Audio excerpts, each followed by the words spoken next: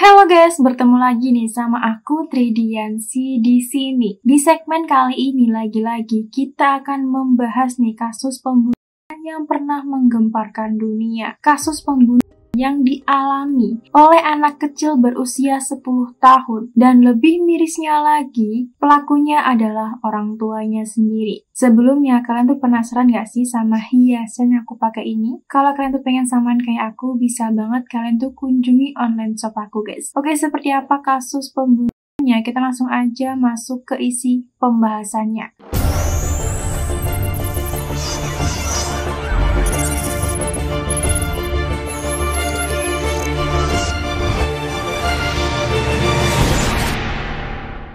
Pada tanggal 10 Agustus 2023, terdapat seorang pria yang menelepon nomor darurat 101 yang berada di negara Inggris. Yang lebih mencengangkannya lagi, laporan ini ditunjukkan untuk dirinya sendiri. Pria tersebut mengatakan kepada polisi bahwa dia adalah ayah yang kejam, yang tidak berniat membunuh putrinya, tetapi dia kehilangan kendali akan dirinya sendiri. Setelah menerima laporan tersebut, pihak kepolisian langsung menuju ke tempat kejadian di mana pembunuhan tersebut terjadi. Sesampainya di sana, pihak kepolisian menemukan anak perempuan yang diperkirakan berusia 10 tahun telah meninggal dunia di tempat tidur susunnya di sebuah rumah kosong dengan sebuah catatan tulis tangan di samping tubuhnya yang berbunyi seperti ini. Saya Urfan Syarif yang membunuh putri saya dengan cara dipukuli. Dan dia juga mengatakan seperti ini, demi Tuhan, niatku bukan untuk membunuhnya, tapi aku kehilangan kendali. Aku kabur karena takut. Oke, kita masuk dulu ke latar belakang dari keluarganya Urfan ini ya guys. Biar kita tahu runutan kejadian dari awalnya tuh seperti apa. Kita flashback dulu di kehidupan Urfan beberapa tahun lalu. Urfan sendiri merupakan seorang pria berkebangsaan Pakistan. Kemudian pada tahun 2001, dia tuh pindah ke Inggris dan menjadi supir taksi di sana. Pada tahun 2009, Urfan bertemu dengan seorang wanita bernama Olga Domin yang berkebangsaan Polandia secara daring. Mungkin ini melalui media sosial gitulah ya awal pertemuan mereka berdua. Mungkin di sini mereka tuh merasa cocok. Akhirnya mereka tuh menikah dan menetap di Inggris. Pada tanggal 11 Januari 2013, akhirnya mereka dikaruniai seorang anak perempuan yang cantik dan diberi nama dengan Sarah Syarif. Namun kehidupannya tidak seindah para cantiknya. Kedua orang tuanya bukan merupakan orang tua yang bisa memberikan kehidupan yang damai untuk anaknya. Pada tahun 2015, Urfan dan Olga akhirnya berpisah dan kemudian bercerai. Di sini Sarah tinggal bersama ibunya nih awalnya. Tapi Urfan dan Olga sama-sama beradu di pengadilan nih untuk merebutkan hak asuh atas Sarah secara resmi. Dalam pengadilan, Urfan memberikan berkas-berkas yang memberatkan Olga. 3 tahun sebelum kelahiran Sarah sendiri, Olga sendiri sudah masuk ke radar dinas layanan sosial. Seseorang bisa masuk ke radar dinas layanan sosial jika ada kekhawatiran terhadap keselamatan, kesejahteraan, atau kondisi hidupnya, terutama bagi anak-anak atau individu rentan. Biasanya hal ini terjadi karena laporan sekolah, tenaga medis, tetangga, atau polisi tentang kemungkinan pengabaian, kekerasan, masalah kesehatan mental, kecanduan, atau kondisi rumah tangga yang tidak aman. Pada saat pekerja sosial melakukan kunjungan ke masing-masing rumahnya Urfan dan juga Olga, di sana mereka mendapatkan laporan dari Sarah sendiri bahwa dia tuh mendapatkan penyerangan fisik baru-baru itu dari ibunya sendiri yaitu Olga. Dari sini pekerja sosial menyimpulkan bahwa Olga memiliki kapasitas yang rendah untuk memenuhi kebutuhannya Sarah. Hakim yang memimpin persidangan ini bernama Alison Reset menerima rekomendasi dari pekerja sosial yang kurang berpengalaman agar Sarah dan saudaranya tinggal bersama dengan ayahnya yaitu Urfan Syarif.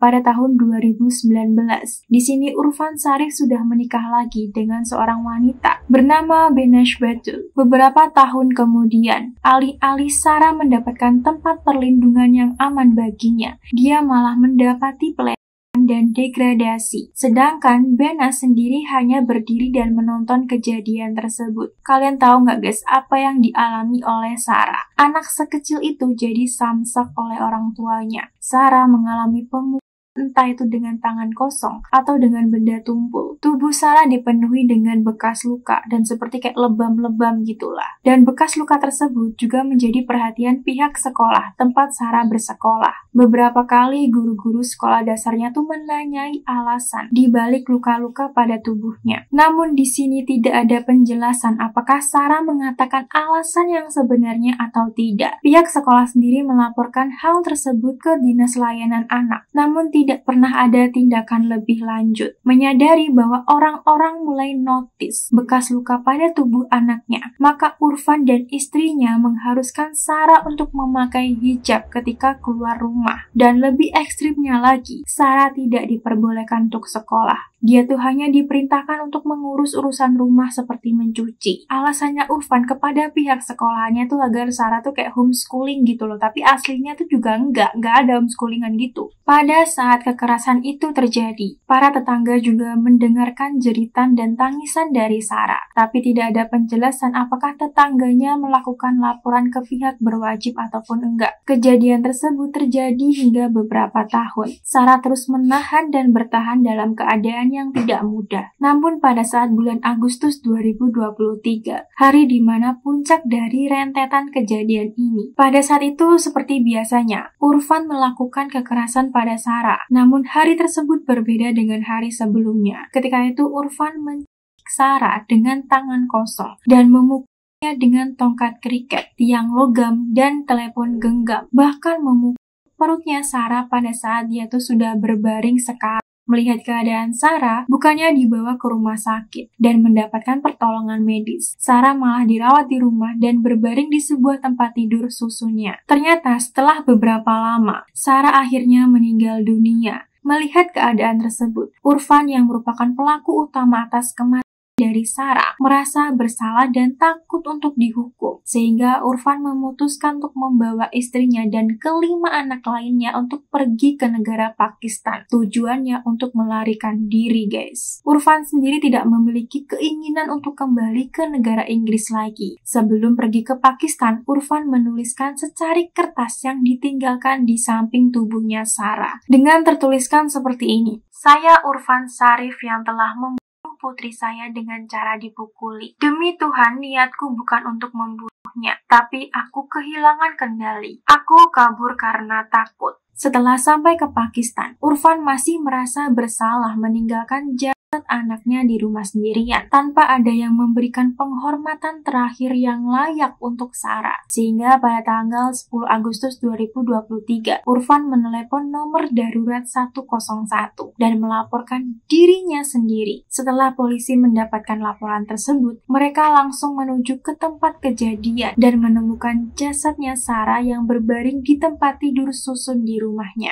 Jasad tersebut akhirnya dilakukan proses otopsi untuk mengetahui sebab kematian dari korban sendiri. Berdasarkan hasil otopsi mengatakan bahwa Sarah memiliki lebih dari 70 luka baru, termasuk memar, luka bakar, patah tulang, dan bekas gigitan. Luka ini merupakan akumulasi yang selama ini dialami oleh Sarah sendiri. Bayangkan ya, anak sekecil itu memiliki luka sebanyak itu. Banyak orang yang mengecam kejadian tersebut. Hal kejam yang dialami oleh anak kecil tanpa ada yang memberikan bantuan secara langsung. Kalian pasti tanyakan, kemana sih ibu tirinya ini kok nggak nolongin Sarah? Nah, kenapa tidak melarang dan mencegah hal itu terjadi? Jadi gini, dalam sebuah pesan digital, Benas pernah curhat kepada adiknya ketika Sarah berusia 7 tahun. Dia tuh mengatakan seperti ini: "Urfan menghajar Sarah habis-habisan. Dia penuh memar. Benar-benar babak belur. Aku kasihan banget sama Sarah. Kasihan banget dia nggak bisa jalan. Aku mau banget laporin dia." Walaupun seperti itu, Benas tetap tidak melakukan apapun. Berdasarkan keputusan pengadilan, Urfan Sarif yang pada saat itu berusia 42 tahun, Benas Bertul berusia 30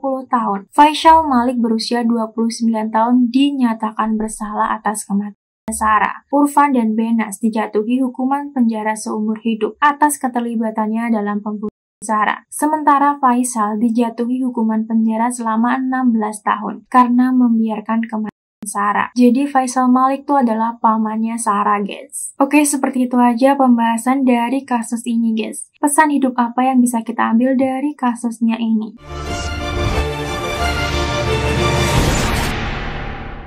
Kasus pembunuhan tragis yang dialami oleh Sarah Zarif bukan sekedar berita kejahatan biasa, tapi cerminan dari betapa rapuhnya rasa kemanusiaan ketika cinta berubah menjadi kekerasan, dan ketika tanggung jawab orang tua hilang ditelan emosi. Anak kecil berusia 10 tahun itu seharusnya tumbuh dengan tawa, kasih sayang, dan perhatian dari kedua orang tuanya. Tapi yang dia dapatkan justru pukulan, jeritan, dan ketakutan yang tidak berujung. Luka di tubuhnya adalah bukti nyata dari penderitaan yang begitu panjang, tapi luka di hatinya mungkin jauh lebih dalam dan tidak akan pernah bisa dihapus. Dari kisah ini kita bisa belajar bahwa anak bukan tempat untuk melampiaskan amarah, bukan wadah dari frustasi hidup orang dewasa. Mereka adalah titipan Tuhan yang harus dijaga dan disayangi dengan sepenuh hati. Sekali tangan terangkat untuk memukul, yang hancur bukan hanya tubuh kecil itu, tapi juga masa depan, kepercayaan,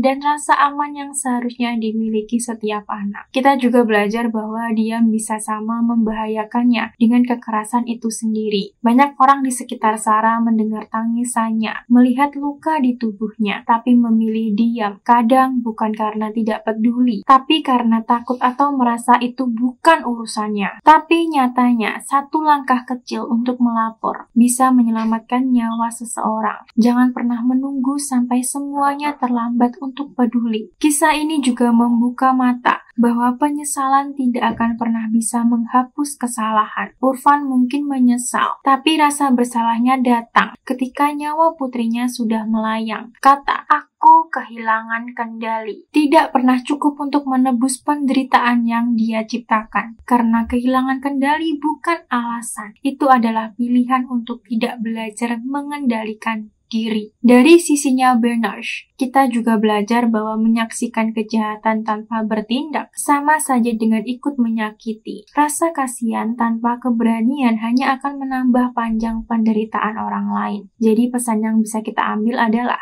kasih sayang, empati, dan keberanian untuk bertindak adalah bentuk kemanusiaan tertinggi. Tidak peduli siapa kita, orang tua, tetangga, guru, atau sekedar orang yang melihat dari jauh. Kita punya tanggung jawab untuk tidak membiarkan kejahatan dan kekerasan terjadi di depan mata. Karena mungkin saja suara kecil yang kita abaikan hari ini adalah jeritan terakhir dari seseorang yang hanya ingin diselamatkan. Semoga kisah tragis Sarah Zarif bisa menjadi pengingat bagi kita semua bahwa di balik setiap rumah, di balik setiap senyum, bisa jadi ada seseorang yang sedang berjuang dalam diam. Jadilah mata, telinga, dan hati bagi mereka yang tidak bisa bersuara. Dan yang paling penting, belajarlah untuk mencintai tanpa menyakiti. Oke, sampai sini aja pembahasan dari kasus ini. Apabila ada kesalahan informasi ataupun kekurangan informasi yang aku sampaikan, bisa banget kalian tuh koreksi aku di kolom komentar, agar aku bisa lebih belajar lagi mengenai kasus ini. Sebelumnya, terima kasih banget buat kalian yang sudah nonton video aku sampai habis. Dan terima kasih banget buat kalian yang sudah menyempatkan waktunya untuk memberikan saran maupun kritik mengenai beberapa kesalahan aku. Dan dari kritik dan saran kalian akan aku gunakan sebagai evaluasi diri aku sendiri untuk menjadi yang lebih baik lagi. Dan bisa memberikan tontonan yang menarik dan juga bermanfaat buat kalian. Kalau kalian tuh punya ide aku mau bahas kasus apa lagi, bisa banget kalian tuh langsung komen di kolom komentar, guys. Kalau aku ada salah-salah kata, mohon dimaafkan. Aku Tridiansi. Bye-bye.